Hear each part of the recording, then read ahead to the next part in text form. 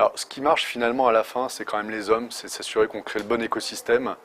On peut mettre des process, des mécaniques, mais à la fin, ce qui crée finalement toute la valeur d'une entreprise, c'est son écosystème humain.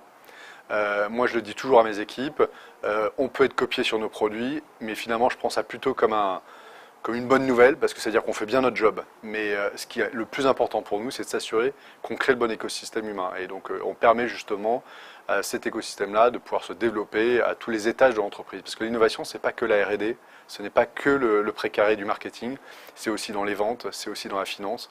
Et c'est bien ça qu'on essaie d'insuffler. Et aussi apprendre de nos erreurs font partie de l'ADN de l'entreprise et des 3 structures auxquelles je faisais référence à l'instant.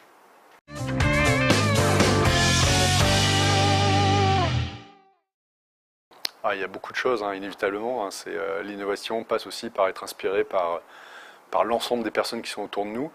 Moi, j'aime bien le fait de dire, et je crois que c'était Steve Jobs qui avait dit ça, c'est que l'innovation, c'est ce qui nous distingue d'un leader, d'un pionnier versus être second ou être un suiveur. Voilà. Et pour moi, c'est vraiment ça, c'est cette course qui doit être à chaque fois plus agile, plus réactive autour de l'innovation pour permettre de garder nos positions de leader.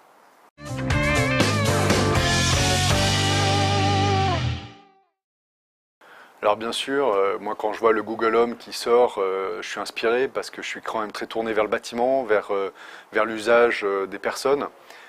Mais c'est vrai que j'aime bien aussi des sociétés comme Xiaomi, qui sont des sociétés chinoises, qui aujourd'hui sont rentrées dans le ranking des meilleures entreprises qui innovent dans le monde. Aujourd'hui, ils ont le rang numéro 35.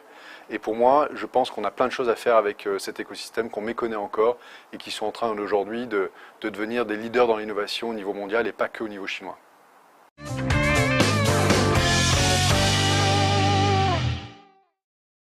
Parce qu'il faut sortir le nez du guidon et que c'est important de confronter les idées et de se rafraîchir les esprits pour justement toujours aller de l'avant.